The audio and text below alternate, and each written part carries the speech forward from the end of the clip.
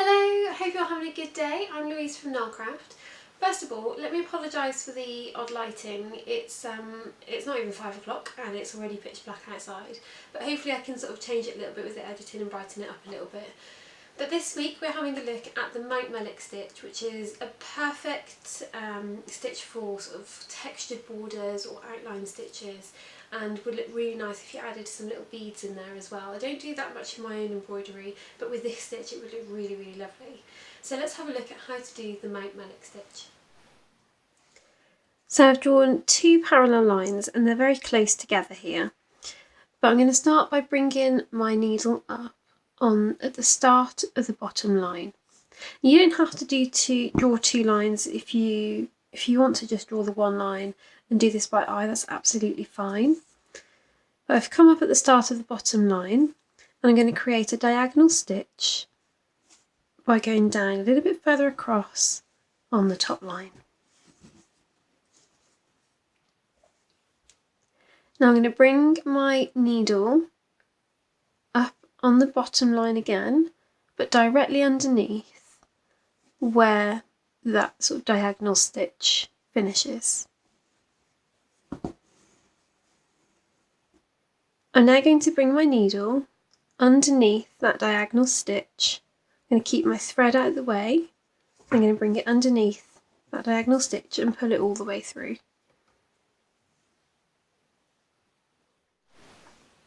We're now going to call this point A, point B and point C, because that will just make the next step a little bit easier.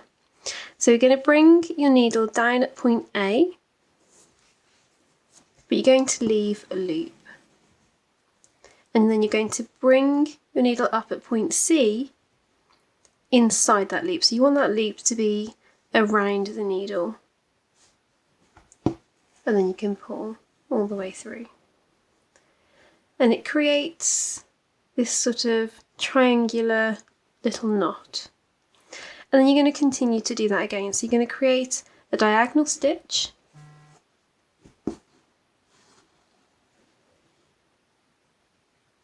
Then you're going to come up on the bottom line directly underneath where that thread finishes. Pass your needle underneath that diagonal stitch. Remember at this point to keep your thread out the way. Bring your needle down at point A.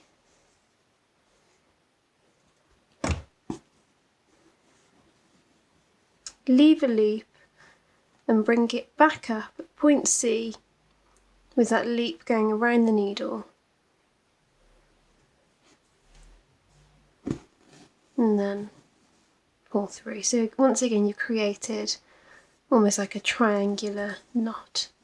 And you continue to do that all the way along the line.